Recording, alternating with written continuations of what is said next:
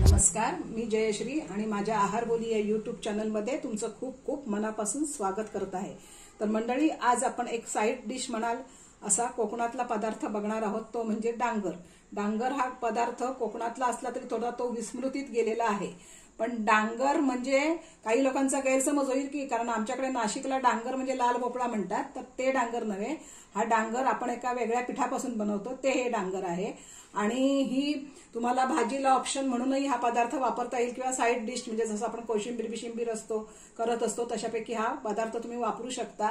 तसंच हा protein rich पदार्थ आहे, कारण हा आपण डाळीपासून बनवलेला आहे, त्यामुळे जे वेट लॉस करत आहेत त्यांना सुद्धा हा एक बेस्ट ऑप्शन आहे।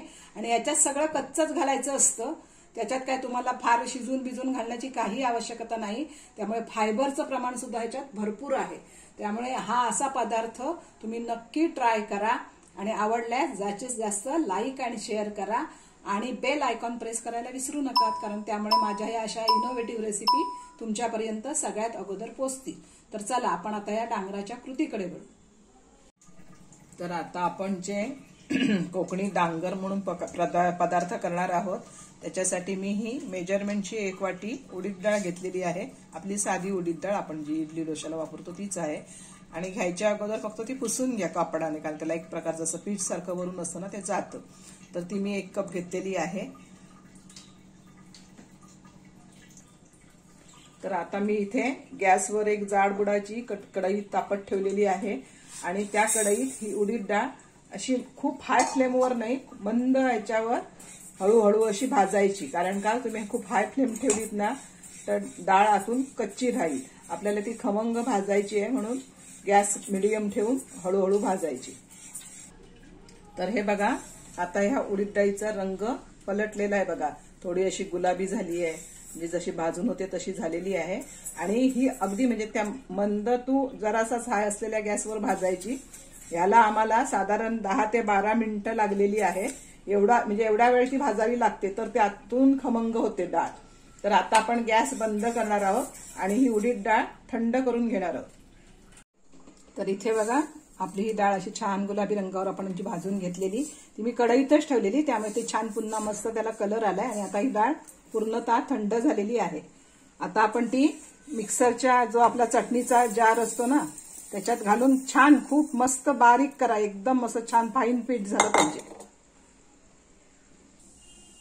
तर हे बघा, असं छान बारीक एकदम अगदी गंधासारखं म्हणतात तसं दळून घ्यायचं ह्या प्रकारे।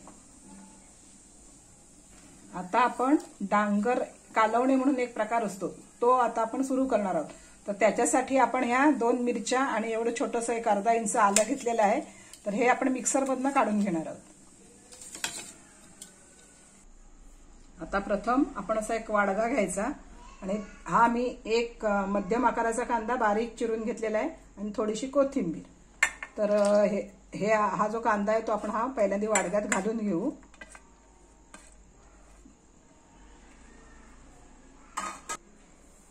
आता त्याच्यात चवीप्रमाणे साधारण ½ टीस्पून एवढं मी मीठ घातलेलं आहे।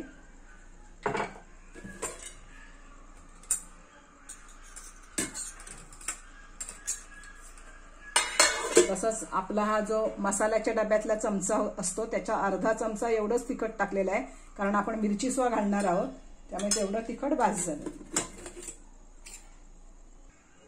आता हे कांद्याला तिखट मीठ आपण छानपैकी असं लावून घेणार आहोत। चमच्याने मिक्स करा, नाही तर हाताने मिक्स करा, कशाने मिक्स केलं तरी चालेल। आता ह्याला थोडीशी आंबट चव हवी असेल तर ह्याच्यात आपण 1 टीस्पून एवढं दही घालणार आहोत, कारण काय ह्याला आंबट चव चांगली लागते। पण हे पूर्णतः ऐच्छिक आहे, तुम्हाला वाटत असेल तर घाला, नाही घातलं तरी चालण्यासारखं आहे। आणि हे मी जे करणार आहे डांगर ते साधारण 2 ते 3 माणसांना पुरेल एवढंच करणार आहे। आता आपल्या या तयार झालेल्या मिश्रणात आपण जे मगाशी पीठ दळून घेतलेलं ना उडदाचं, ते 2 ते 3 एवढंच बास झालं, कारण ते पीठ फुगतं, त्यामुळे तेवढं 3 टेबलस्पून एवढंच पीठ घालणार आहोत आपण।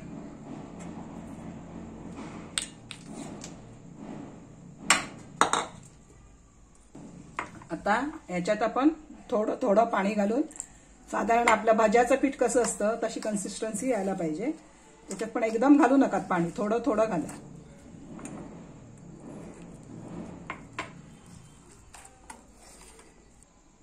हे बघा, मी साधारण भाज्याच्या कन्सिस्टन्सीचं हे पीठ भिजवून घेतलेलं आहे. पण हे पीठ ना एक 5 ते 5 मिनिटं ठेवलं की नाही की फुगतं, कारण ती उडदाची डाळ आहे ना त्यामुळे फुगतं. मग पाणी थोडं कमी झाल्यासारखं वाटतं. मग अजून लागलं तर अजून घाला पाणी. तर आता मी गॅसवर कढई तापत ठेवलेली आहे आणि त्याच्यात 1 टेबलस्पून एवढं तेल घालत आहे.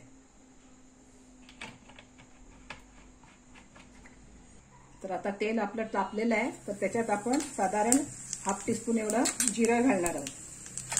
आणि मगाशी जो आपण केलेला ना ठेचा मिरचीचा हे आल्याचा तोही टाकणार आहोत. हे मी का करते, हे ऍक्च्युली कच्चच टाकतात, पण तो मिरचीचा थोडासा कच्चटपणा असतो तो जावा म्हणून मी हे करते. आता तुम्ही कच्चं टाकलं तरी चालतं, काही प्रॉब्लेम नाही.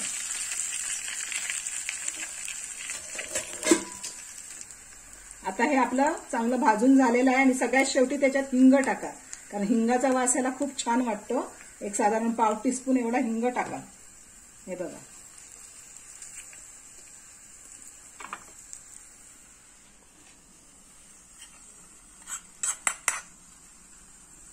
आता ही चुरचुरीत अशी फोडणी या पिठात घाला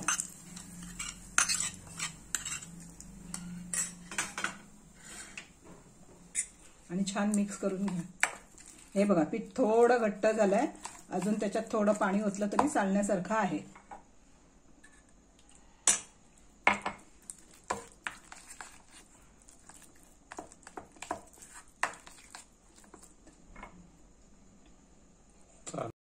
आणि सगळ्यात शेवटी अशी छान त्याच्यावर हिरवी कोथिंबीर घालायची, म्हणजे त्याला एक चांगला स्वाद येतो.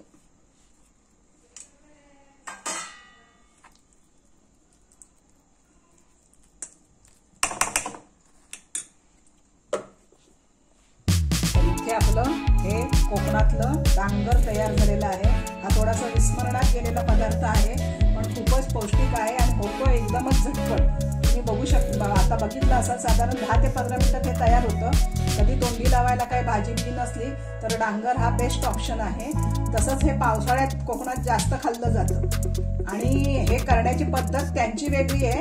अख्खे उडीद भरडून मग भाजून भरडून त्याची डाळ करून मग हे करतात, पण मी तुम्हाला जरा शॉर्टकट दाखवलेला आहे.